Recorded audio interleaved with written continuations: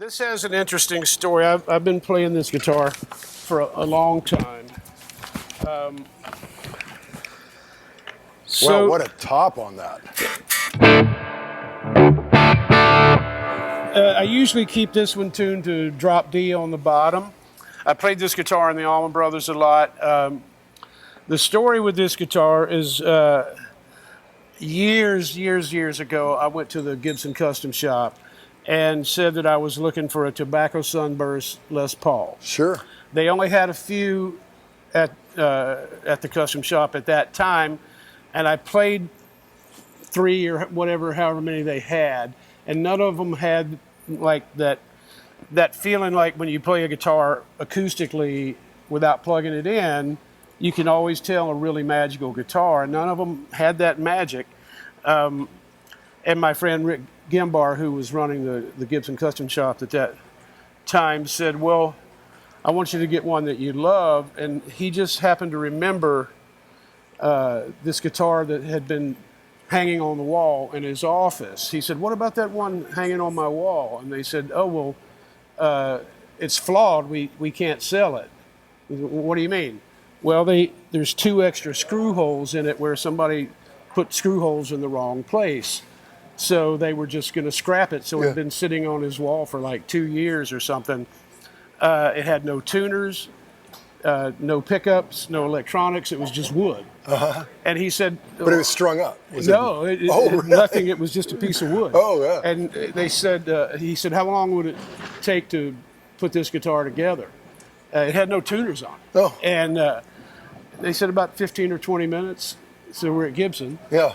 So we sat around and tried some other guitars and played and stuff, and they brought it out, and it sounded better than any of the guitars that I had been playing. And I was like, well, could I have this one? And they're like, yeah, absolutely. They couldn't sell it legally. They couldn't call it a Les Paul. And so for me, for all the guitars that I had from that time period, this is my favorite one. Huh. And had that not occurred, this guitar would probably be in the garbage somewhere. Wow. Isn't that great? Yeah. It's like a stray puppy walking up and licking your hand, and then he's with you for the rest of your life. That's kind of the way I looked at it. Yeah. Okay, that's a great story. I mean, and it, I use it. I mean, it's a really cool guitar all the way around, but I play slide on it a lot.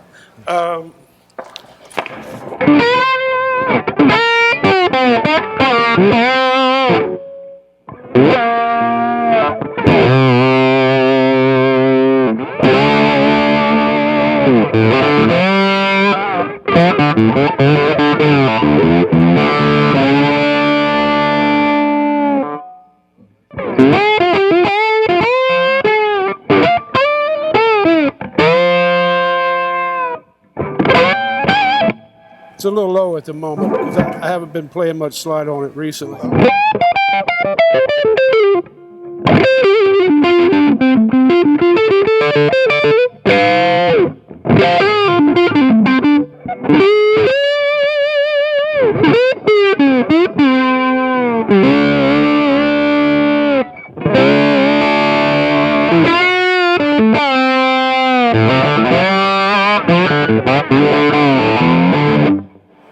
That is great.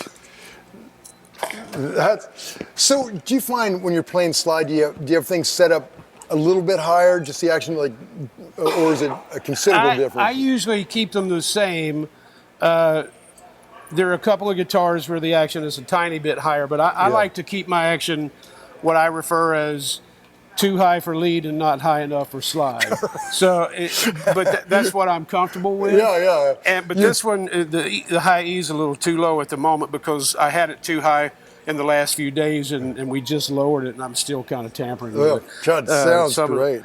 I'm gonna have to raise it back up just a tiny bit. Do you remember what pickups they put in it? I think they used to be classic 57s, but I don't know if they still are, because they still are? Okay. Yeah, and I'm one of those guys that if it sounds good, I just leave it. Right. I don't really care what's in a guitar. If I pick it up and it sounds good, I'm like, okay, cool. Yeah. So you know, some of my guitars have burst buckers in them. We try a bunch of different stuff, and if something sounds good in a certain piece of wood, then we stay with it. Yeah, great.